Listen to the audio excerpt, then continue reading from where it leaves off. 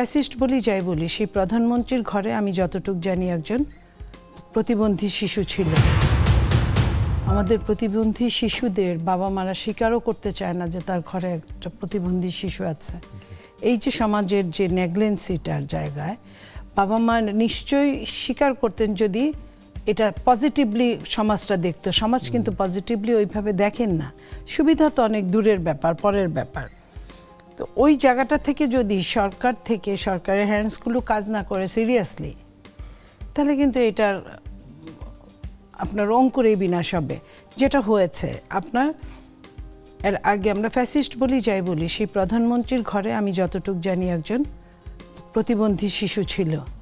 তার সন্তান প্রতিবন্ধী নিয়ে কাজ করছিলেন, কিন্তু এই যে 15.5 বছর থাকলেন, আমরা কিন্তু ওইভাবে প্রতিবন্ধীদের সম্মান করা, অন্ততপক্ষে মাইন্ডসেটটা চেঞ্জ করা, সেই জায়গাটাতেই আমরা পৌঁছতে পারলাম না। আমি আমার ভুল হচ্ছে কিনা আমি জানি না। আমি যেটা দেখেছি, আমি কিন্তু সাদাকে সাদা বলতে ভীষণ পছন্দ করি। আমি শুধু সমালোচনার জন্য বলছি না, ওনার ঘরকে আমি এই জন্য দেখালাম যে ঘরে একটা ওই অবস্থা থাকলে উনি কিন্তু 10 জনের কথা চিন্তা করতে পারেন। 10 জনের তো আরও খারাপ অবস্থা। তো সেইখানে আমরা আশা করেছিলাম, সেই জায়গাটা থেকে আমরা বঞ্চিত হয়েছি। আমাদের সরকার প্রতিজ্ঞাবদ্ধ, আমাদের সরকার প্রধান উনি যে কথা বলেন রাখার চেষ্টা করেন।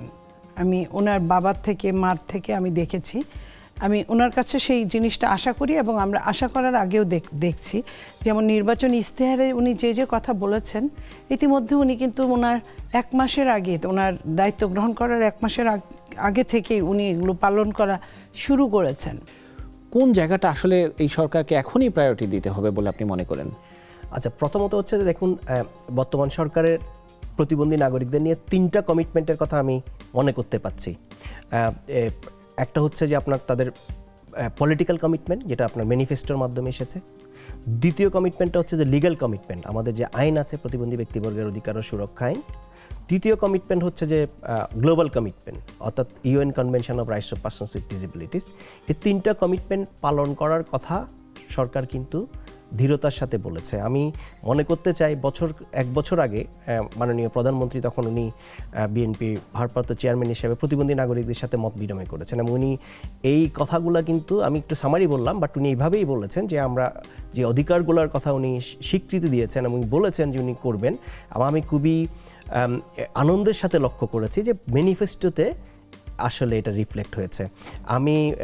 আমরা আসলে, আমি জানি না আমার বাসায় অন্য যারা আছে তারা আসলে ম্যানিফেস্টো পড়ে ভোট দিয়েছে কিনা, কিন্তু আমরা যারা প্রতিবন্ধী নাগরিকরা আমরা সবসময় লক্ষ্য রেখেছি যে আসলে রাজনৈতিক দলগুলো ম্যানিফেস্টোতে কি বলেছে, আমার কথা বলেছে কিনা। কারণ বেশিরভাগ রাজনৈতিক দল বলতো না আগে, এখন যে বলা শুরু করেছে এবং বিএনপির মতো এত বড় দল, তারা যে ম্যানিফেস্টোতে প্রতিবন্ধী নাগরিকদের ব্যাপারগুলো নিয়েছে, শিক্ষা, কর্মসংস্থান, অন্তর্ভুক্তি ইত্যাদি ইত্যাদি, এটা আমাদেরকে অনেক বেশি অনুপ্রাণিত করেছে।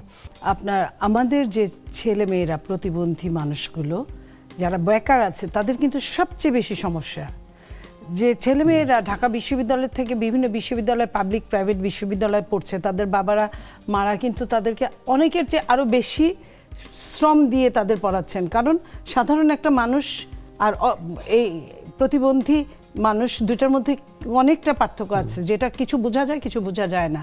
তো সেইখানে তাদের চাকরির জন্য, তাদের বেকার সমস্যা দূর করার জন্য আমার মনে হয় যে এই কাজটা নিয়ে আপনাদের প্রতিষ্ঠান সবারই কাজ করা প্রয়োজন এবং নির্বাচন ইশতেহারও বলা আছে, বিশেষ করে প্রাইভেট সেক্টর যারা আছে তাদেরকে এগিয়ে আসতে হবে।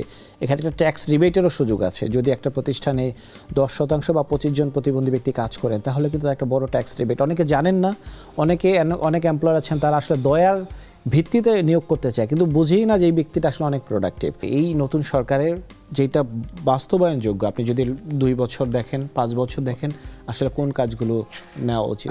প্রথম কথা হচ্ছে যে এই সরকার ইমিডিয়েটলি শিক্ষাকে, প্রতিবন্ধী নাগরিকদের শিক্ষা মন্ত্রণালয়ে দিয়ে দিতে হবে। এই মুহূর্তে সবচেয়ে বড় যে সমস্যাটা হচ্ছে, আমাদের প্রতিবন্ধী শিক্ষার্থীরা যথাযথ শিক্ষা পাচ্ছে না এবং ইনক্লুসিভ এডুকেশনে প্রতিবন্ধী মানুষরা এক্সক্লুডেড হচ্ছে। এটা ইমিডিয়েটলি করতে হবে, না হলে একটা জনগোষ্ঠী তৈরি হবে যাদেরকে নিয়ে রাষ্ট্র এগোতে পারবে না। আমরা যারা পড়াশোনা করেছি, এই অনেক স্ট্রাগল করে পড়াশোনা করেছি, কিন্তু এখন ওই সুযোগটাও নাই, খুবই খারাপ অবস্থা। তাড়াতাড়ি শিক্ষা অবশ্যই শিক্ষা মন্ত্রণালয়কে দায়িত্ব নিতে হবে। দ্বিতীয় হচ্ছে যে কর্মসংস্থান, আমাদের বড় সংখ্যক প্রতিবন্ধী নাগরিকরা তারা পড়াশোনা করেছে কিন্তু কর্মসংস্থানে যেতে পারছে না, কোটা নাই সেভাবে আমাদের, এবং আমাদের অ্যাক্সেসিবিলিটি নাই এবং মাইন্ডসেট নাই, কর্মসংস্থান করতে হবে।